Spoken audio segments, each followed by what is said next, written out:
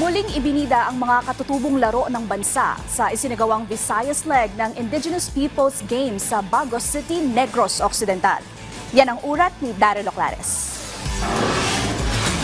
Nagtipon-tipon sa Bagos City, Negros Occidental ang aabot sa 300 katutubong manlalaro na sumabak sa Visayas leg ng Indigenous Peoples Games. 17 local government units ang naglaban-laban sa 10 laro na kinabibilangan ng bangkaw, pana, firemaking, trompo, panitlubi, kadang, palo sebo, tumba patis, bayo gisig at galing mais. Naging matagumpay ang palarong ito dahil sa pagtutulungan ng Philippine Sports Commission, National Council for Indigenous People at ng lokal na pamahalaan ng Bagos sa pamuno ni Mayor Nicolas Yulo.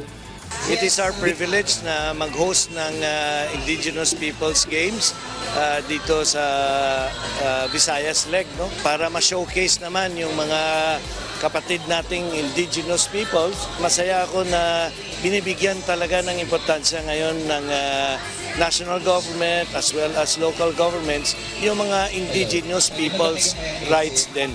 Binigyang di naman ni PSC Chairman Richard Bachman ang kahalagahan ng pagsasagawa ng IP Games. It's also important kasi we have to remember where we came from, and this is one of the groups that are actually not being paid attention. So we are here also to include them in our sports programs and actually promote their sports to everyone. Ayon naman kay NCIP Regional Director Attorney Princess May Alcarte Oral, daan ng IP Games para mapanatili ang kultura ng mga katutubo.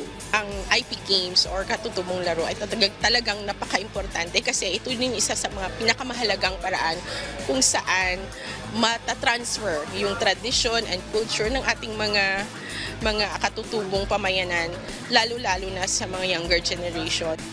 Matapos sa Visayas sa General Santos City ang sunod na destinasyon ng IP Games para sa Mindanao Leg ngayong Oktubre. Mula rito sa Bagos City, Negros Occidental, Daryl Oclares para sa Pambansang TV sa Bagong Pilipinas.